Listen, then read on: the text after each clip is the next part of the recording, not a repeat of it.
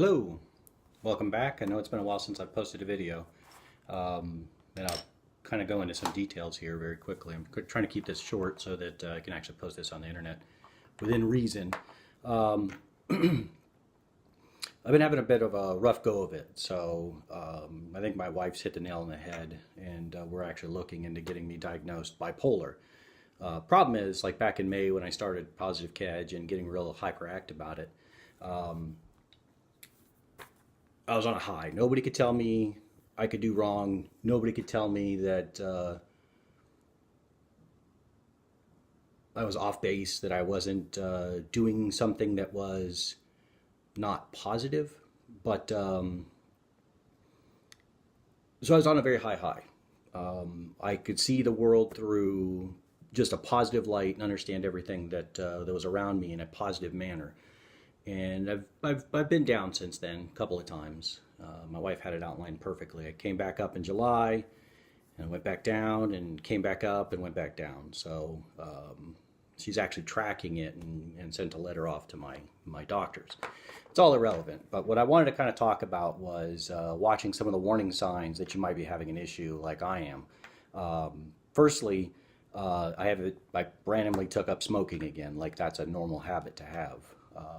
It goes against everything that I'm supposed to be doing for my meds.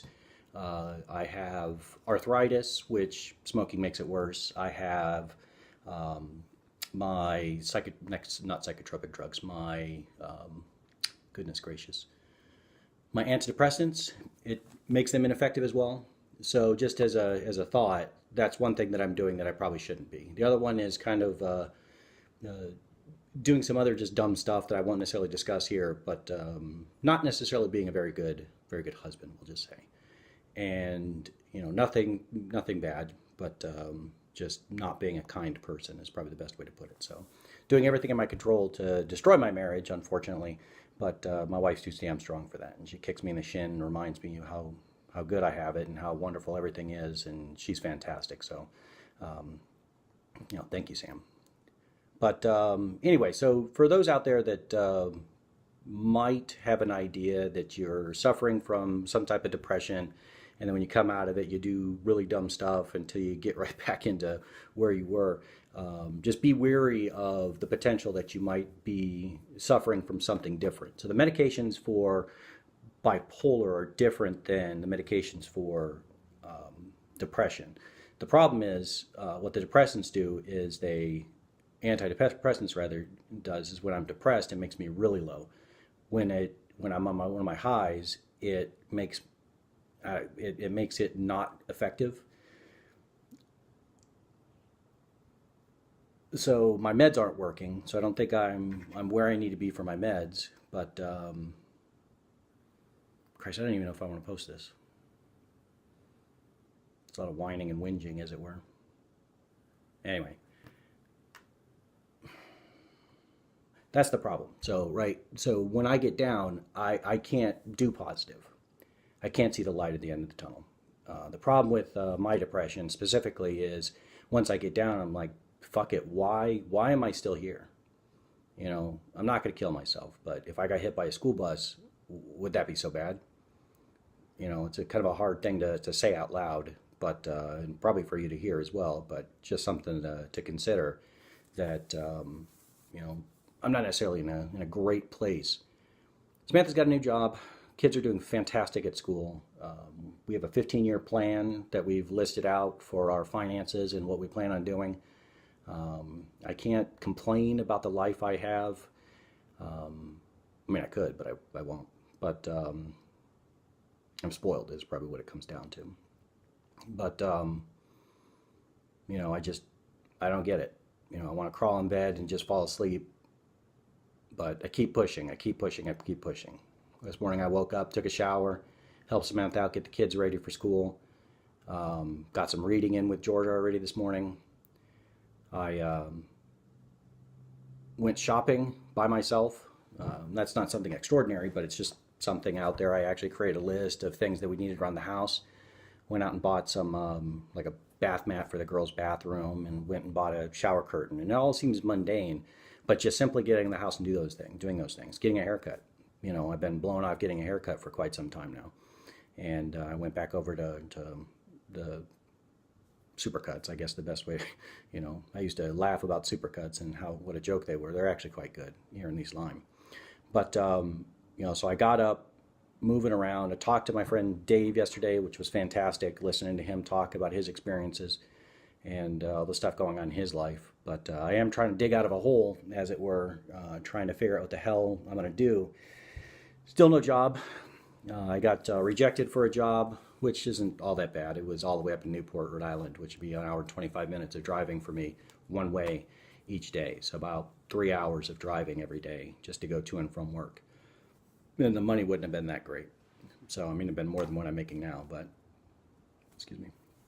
But I did get turned down for that, so I don't have any job prospects right now. Not that I necessarily need a job. I think I need to get right mentally before I get a job. But so I guess what it comes down to is all those things combined is why I haven't been posting. And I cannot avoid you guys. I need to go through my crap with you guys watching, I think. I think that's the right answer. I don't need to make money off this. I just need to help somebody else. So hopefully. But I know it's painful for me to say all this stuff, but I'm sure it'll be painful for you to watch. But anyway, so Halloween's coming, one of my favorite times of year. But reflecting on it, what is my reason for thinking it's my favorite time of year? I like all of Tim Burton's stuff. So as a holiday, this kind of reflects a lot of Tim Burton's stuff. I like horror. I like fantasy horror. But the real not the real reason, but one of the reasons is cosplay, of course, is watching girls run around in stupid ass outfits and acting like whores, which is always my favorite time of year. But that plays into one of the things that I have an issue with, is that I'm 41 now, and I've got a perfect life. I don't know why I continue looking at other people. Why do I keep doing it? I don't know. I'm completely contented in what I have. I'm happy most of the time with my family. I've got great kids. I got a great wife. I've got a beautiful house. I got a dog that is pretty awesome. I got a cat that is sitting over in the corner, just minding her own business. But I am excited to be here. But again, I want to go out and want to see people. And really what I want to see is I want to see women. And that's not necessarily a positive thing. It's kind of hard to stomach it. And I have no real desire to do anything with anybody. It's just kind of my modus operandi. Running around trying to just be a jackass most of the time. So that's on my highs. On my lows, I don't know what I want. I don't know what I want. Again, it's just hard for me to get up and function, but I think the demands that the house is putting on me now is helping keep me in a routine, because Samantha now has work. As of Monday, she began work. So I have to get up. I have to help out with the kids. I have to put George on the bus. I have to keep the house clean. I've got to make sure that everything's situated around here. So those responsibilities are good when you're progressing forward. I hope that you have somebody, if you're in a bad spot, I hope you have somebody that can pull you through those types of things as well. And that's what Samantha does for me. She pulls me through when I need her to, and doesn't enable me all the time. So she is my cigarette enabler, as it were, but I turn into a cranky monster when I don't have cigarettes. So I've only been doing it for about a month, and it's crazy how quickly you go to a pack a day. And I haven't smoked since for a while, on a routine. So, but we'll see. So my appointments with my two doctors, my psychiatrist and my psychologist, are on Monday and Tuesday. And we'll see what they say. Samantha sent them both letters explaining to them my situation, and we'll see what they say as far as if I'm bipolar or not. Not that I want to be, but I'd like to have a solution to my problems. So even on the meds that I've been on since 2013, I still have a problem with my lows. When I get really low, I just don't want to fucking do anything. I want to go to bed. I want to just lay in bed and not worry about the world.